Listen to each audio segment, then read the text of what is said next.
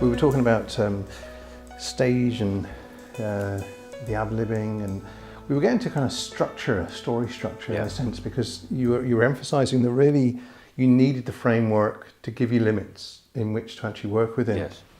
So, and again, with film, because there are scenes when I'm writing a film, I like to get my key points, key sections, which are they're like keyframes effectively. Yeah. Where one scene ends, another one finishes, and it's almost as though between those two places, anything can happen. Correct. As long as you get to you reach what the outcomes of that story is within that one scene. Yeah. Now, earlier on, you'd mentioned what's my motivation. So, how do you define motivation? Well, what you're talking about on film works on stage as well, between scenes. So as an actor, I would go, anyone would say this as an actor, whatever scene that you're in, you have to go, where was I? Where have I just been to get where I am now? And where am I going from here? As an actor, you have to think of that for character-wise, because you can't just be in the kitchen, sitting at a kitchen on a set and go, here I am. You know, you could have been anywhere. You could have been in the pub. You could have had a date. You could have been at the cinema. You could have went to visit somebody. You know, or you could be going to do that afterwards. So all those things are in your head.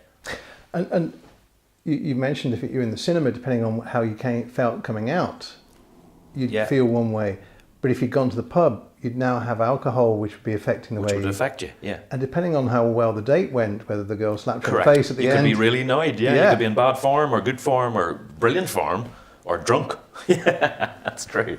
So it depends, Again, and then of course, whatever that scene, the crux of that scene is, you have to also stay focused on where that's going, because that's the most important thing, because that's the moment that you're in at that time. What you've done before it isn't important, but it's important that you have something in your head that you went, well, I was here, this is where I came from. You could have ran into the scene, you could have been running. So you could be out of breath, sitting at the chair. You know, there's like, you throw all the balls in the air and it could be anything. It's choice, it's a choice thing, I love that. Okay, Monty, you've cracked your head and the blood is causing immense pressure on your brain. If we do not evacuate it now, you are going to die. What?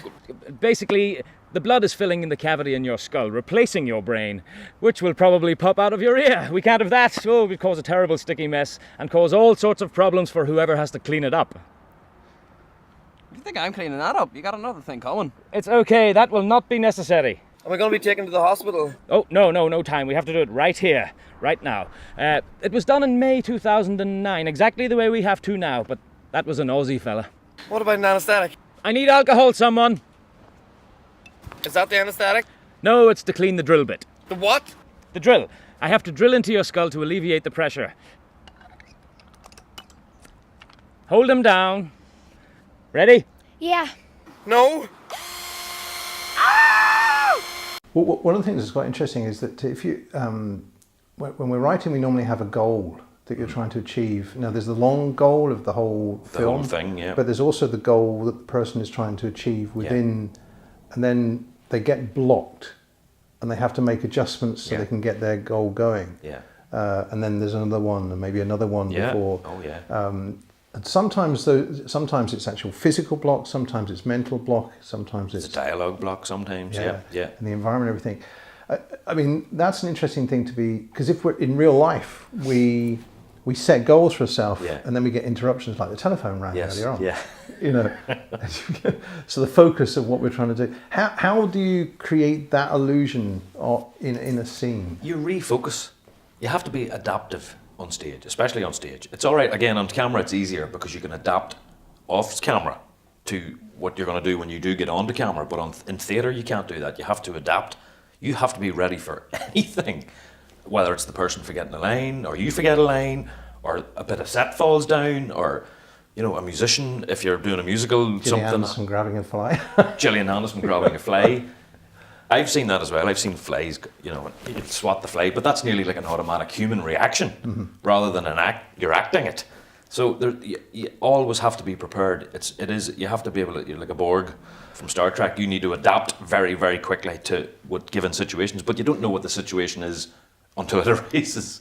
So you have to have a very open. But there's an interesting point. You said about acting and real. Yeah. You know, that's an interesting thing, because I know that looking at psychology and looking at, you know, you're trying to achieve something, especially if you're teaching it, you want someone to learn something. Yes. And if they haven't, then you've got a block and you have to make an adjustment to Yeah. try and come up with something else.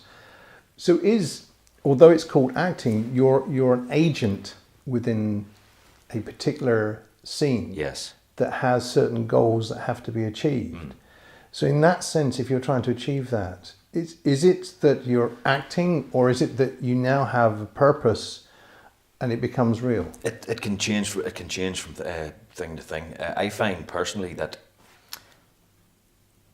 see, Paul Newman used to say, no, sorry, Burt Reynolds. I read Burt Reynolds' biography, and whoever it was he was speaking to, one of the old hands, said, "Don't get caught." And Burt Reynolds went, "What do you mean get caught?" He goes, "Don't get caught acting." And I only since I've read that, I see it now. I can see people acting, and you're not supposed to look like you're acting. You're supposed to look like it's real.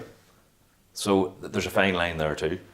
Which has actually brought me to when I'm directing a scene, the lines may have finished and I haven't said cut.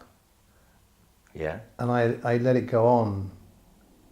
And the thing I don't like is when the actor drops out of character, and you kind of go, no, I can't use that. No, bit. I want them to keep. Yeah, because there are moments, if you get the actor in there in character, those little moments could be something in the editing Oh, there could be something special. You can find things in there. Absolutely. Oh yeah, an actor. I mean, every actor should know that. When you don't stop until you hear cut. Yeah. You keep going. It's the same as my grand used to say about football. You keep going till you put the ball in the net. Absolutely. Or till the whistle blows. Keep going. Doesn't matter what. It's the same. You never in film do not stop until the director goes cut, because you're absolutely right. You'll always find something special, even in 3 seconds of not talking. Something, an eye movement, or a twinkle in the eye, or even a clenching jaw. Just something, and it makes it come alive.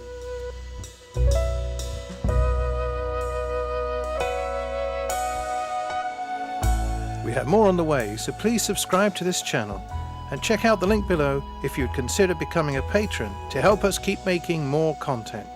Thanks for watching.